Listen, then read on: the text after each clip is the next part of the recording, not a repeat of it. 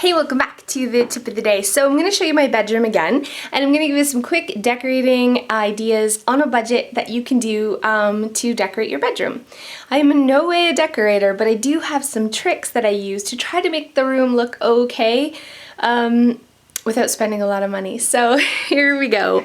My first trick that I always do is try to stick with the 3, 5, and 7 rule, and that's everything from placements of things to paint colors. So in this room I have, and I always say black and white when choosing paint colors are neutral, so they don't count. So in this room I have 3 colors. I have the dark blue, the light baby blue, and the green as an accent color.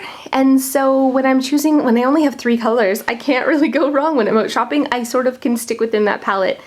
And it's so soothing to have a minimal color scheme like that, and I love that pop of green. So how I introduced some of the accent colors into the room really inexpensively were first these lamps. I found them at a yard sale. They were $1 each. They were so ugly. I'll show you really zooming in here. They were brass and disgusting. So we took them apart, and I just spray painted the bottom white and this part here white, and then this I spray painted with that apple green.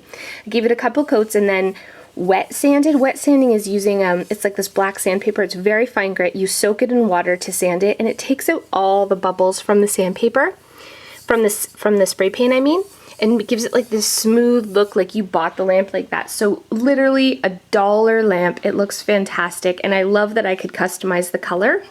With the leftover spray paint, I actually spray painted the mats of these picture frames.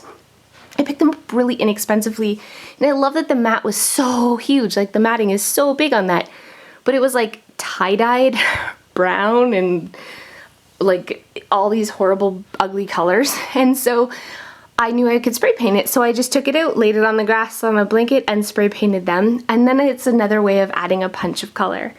Of course, this old chair too that was so disgusting, it was my grandma's. We recovered it really, really easily and really inexpensively in the same green color. And I really like, I'm not a big bed maker. I'm not good at making a bed, as you can tell. But one of my tricks I do not spend time. I throw the covers up. One of the tricks to making it look okay is always using throw pillows, because it hides like my nasty pillowcases that are in no way fancy or nice at all. And I like having a pop of color at the end of the bed. So instead of splurging on a blanket, which can be really expensive for king size bed, this is just a scrap of fabric that I got from Fabricland for like $5. I didn't even hem it. I just fold it. It serves no purpose other than to give a pop of color at the end of the bed. You can see my kids have been climbing on my bed all day. It looks horrible. I should have fixed that before the video. I apologize for that.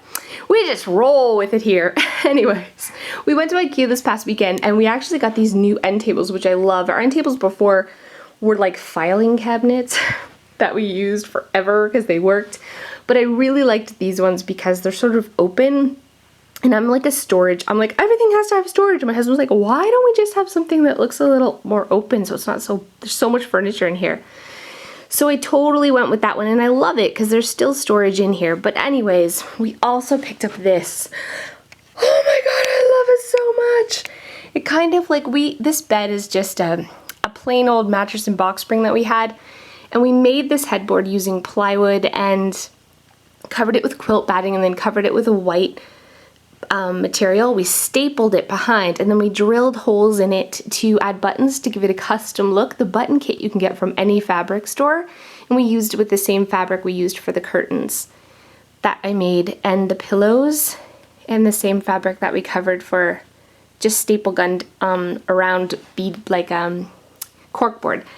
Anyways, so it looked really nice, but I thought like the bed just sort of floated and needed like a footboard. So this was a media center at IKEA. It was really inexpensive, and it's the perfect size. It's 6 feet to have as a footboard or like a bench at the end of the bed. And it has storage. I put magazines in those spots, and then we have like storage now. It's sicktacular, and I love it. And it's part of the Hems collection, so it matches our really inexpensive dresser that we've had for a really long time. Another really inexpensive project that I did in here when we first moved in, because I had no money and we had nothing for the walls, are these Bristol board butterflies. I just downloaded a template from Google Images of butterfly templates, and then I traced it onto the Bristol board and cut them out, glued them onto push pins, and then stuck them in my wall in a random pattern. And I like that because you use push pins, they're kind of stuck out from the wall, so it gives it that nice shadowed wall applique look, and it was free. Speaking of budget, this was an old fireplace that I found on Kijiji, which is a lot like Craigslist. It was really beat up and in pretty bad shape. But a couple quick coats of spray paint, and it looks awesome, and it's a great holder for our TV. Actually, it's a little small for the TV, but that's okay. I have a fireplace in my bedroom. Like I said, it was really, really inexpensive, but a quick coat of white paint can fix anything. I've painted so much in this room. The chair, the lamps, the fireplace. Paint can fix anything, and it's really inexpensive.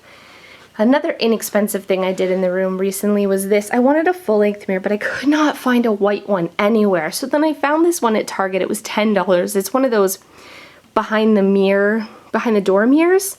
But the problem was it was just plain. So also at Target I saw these, you've probably seen them lots of times, you know, these wall applique things you can get. They're pretty cheap and they kind of stick on. They have these stickers on the bottom, on the back, and you could put them like in any way you want. I just put it in this design, but I think it gives the mirror more like, I don't know, a prettier look, I guess. I don't know, my husband doesn't like it, but whatever.